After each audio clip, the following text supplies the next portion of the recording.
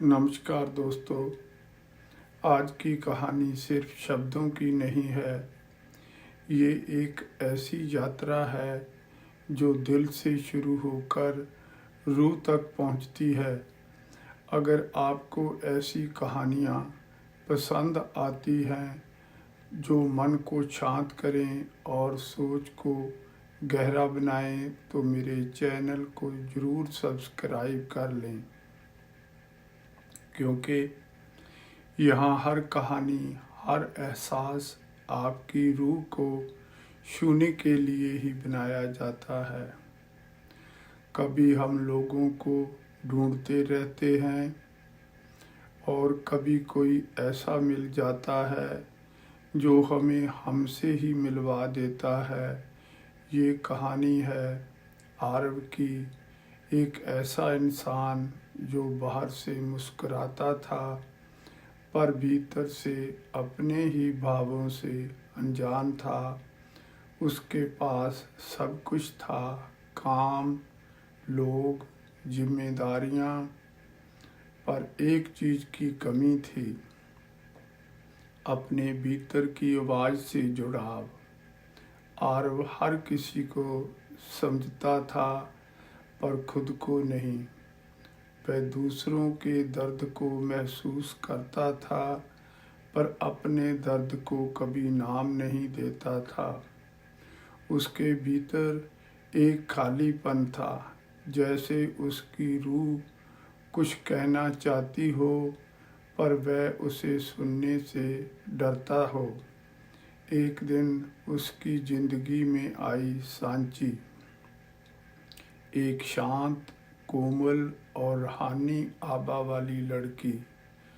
वह कम बोलती थी पर उसके हर शब्द में एक गहरी सच्चाई थी। उसकी आँखों में एक ऐसा सागर था जो लोगों को बाहर से नहीं, अंदर से पढ़ लेता था। उनकी पहली मुलाकात एक ध्यान शिविर में हुई। आरव एक कोने में बैठा था, आंखें बंद पर मन बेचैन। सांची उसके पास आई और धीमे से बोली, तुम्हारी सांसें तेज हैं, तुम्हारे भीतर कुछ दबा हुआ है। आरव ने आंखें खोली। उसे पहली बार लगा कि कोई उसकी बेचैनी को एक शब्द कहे समझ सकता है। सांची ने कहा, तुम अपने भावों को रोक कर रखते हो। तुम्हारी रूह बोलना चाहती है पर तुम उसे चुप करा देते हो। उस दिन के बाद आरव और सांची की बातें बढ़ती गई, पर ये बातें साधारण दोस्ती जैसी नहीं थी। ये बातें रूह से रूह तक जाती थी।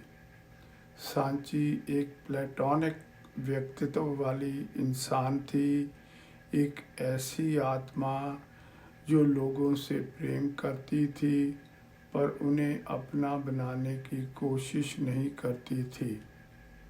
वह कहती, रिश्तों का सबसे पवित्र रूप वह है जिसमें हम किसी को बांधने की कोशिश नहीं करते, बस उन्हें उनका असली रूप दिखाते हैं।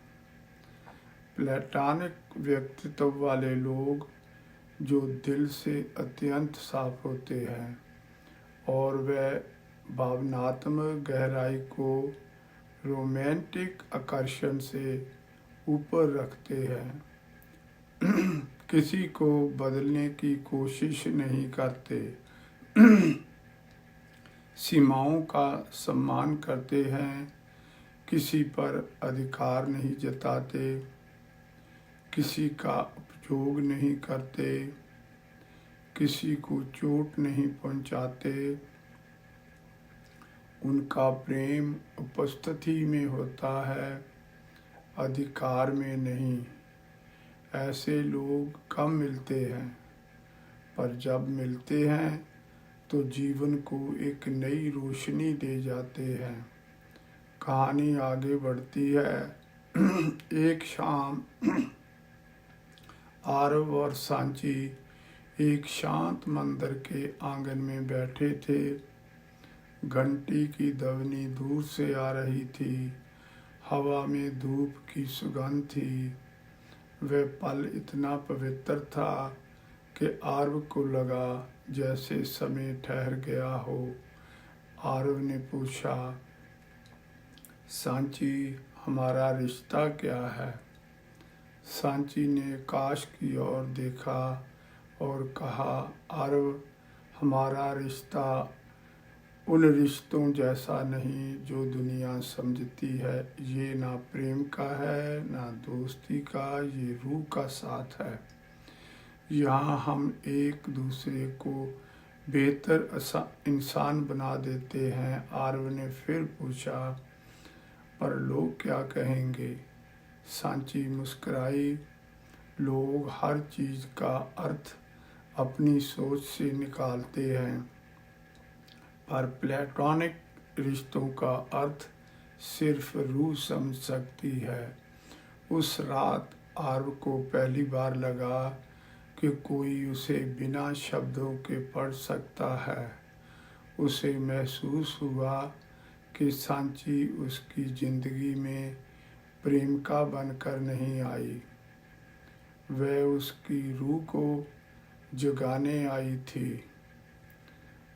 प्लेटोनिक रिश्ता क्या होता है, कहानी के माध्यम से समझेंगे।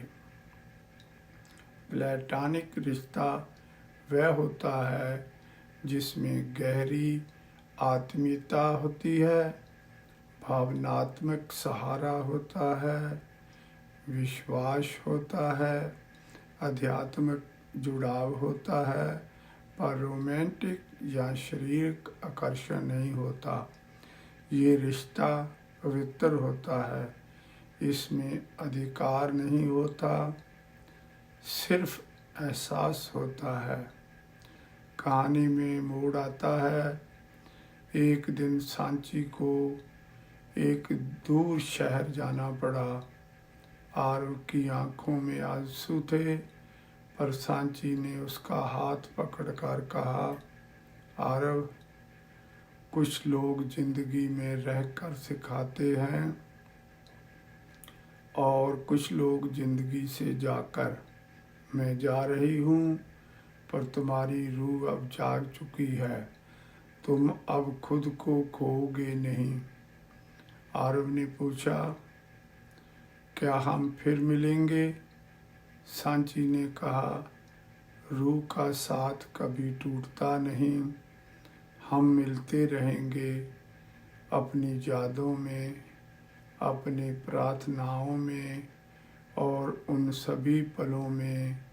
यहाँ तुम खुद को बेहतर पाओगे। सांची चली गई, पर आरव की जिंदगी बदल गई।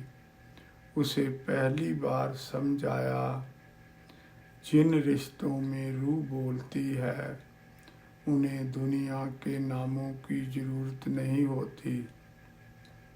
समाज में प्लेटोनिक लोग कैसे देखे जाते हैं? ऐसे लोग भावनात्मक रूप से परिपक्व होते हैं, सम्मानजनक होते हैं, सीमाओं को समझते हैं, किसी को बांधते नहीं, किसी का उपयोग नहीं करते, किसी को चोट नहीं पहुंचाते। समाज उन्हें विश्वसनीय, संतुलित और गहरे इंसान के रूप में देखता है। कहानी तो समाप्त हो गई, पर इसका संदेश शायद अभी आपके भीतर चल रहा होगा। अगर आप ऐसी कहानियों से जुड़ना चाहते हैं जो सोच को बदल दें और दिल को छू जाएं, तो चैनल को सब्सक्राइब करें। अगली कहानी तक अपना ख्याल रखें और अपनी रूह की आवाज़ सुनते रहें। धन्यवाद।